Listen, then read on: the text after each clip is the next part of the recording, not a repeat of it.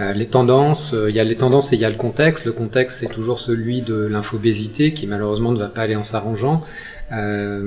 L'indicateur du nombre de métadonnées, de data créées année après année est exponentiel, et ça nous indique aussi ces métadonnées, puisqu'elles sont accolées à des documents qui peuvent être vidéo, audio ou bureautiques tout simplement. Ça nous indique que ces documents-là aussi augmentent, et c'est ce type, sans parler bien sûr des pages web, c'est ce type de contenu sur lesquels on fait de la veille. Donc ça veut dire que ça augmente aussi de manière exponentielle, et que le veilleur doit être capable de trouver son chemin dans cette information, par ses compétences en recherche d'informations même, mais aussi bien sûr en étant outillé, épaulé par les outils notamment, peut-être, on va voir les choses arriver, avec l'intelligence artificielle qui pourrait l'aider à trouver, à faire ce chemin justement dans l'information.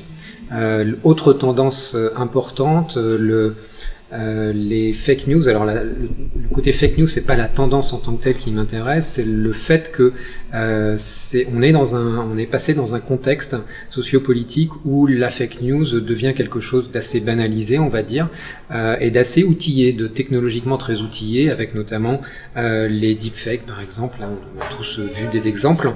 Ce qui veut dire quoi? Ce qui veut dire que pour le veilleur, ça entraîne la nécessité d'être capable de faire soi-même une partie du fact-checking, ou d'avoir les outils qui lui permettent de faire ce fact-checking.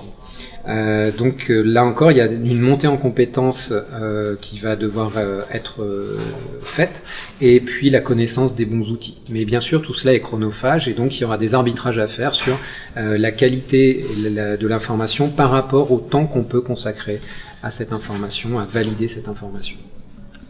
Autre point important, et ça vient finalement compléter ce que je viens de dire sur à la fois la quantité d'informations produites et sur les fake news, la quantité de vidéos qui se crée, qui se met en ligne minute après minute. Sur YouTube par exemple, au dernier chiffre, c'était 400 nouvelles heures de vidéos déposées sur YouTube par minute. Et on sait que dans ces vidéos, il peut y avoir énormément de choses intéressantes en termes de veille, notamment concurrentielle, mais aussi veille image, veille sur les technos de vos concurrents, par exemple, un démontage d'un produit concurrent qui nous permet de mieux comprendre comment ça fonctionne. Donc cette veille sur les vidéos, elle va être importante. Ce qu'on fait actuellement, ce qu'on arrive à faire est assez limité. Il faut qu'on puisse aller plus loin, et les outils qui vont permettre de faire de la recherche dans les vidéos via le speech to text, c'est-à-dire transformer ce qui est dit dans les vidéos en texte écrit dans lequel on va pouvoir faire des recherches par mots-clés. Ça, c'est vraiment des technologies qui vont changer la manière dont on fait la veille vidéo. Et audio, bien sûr.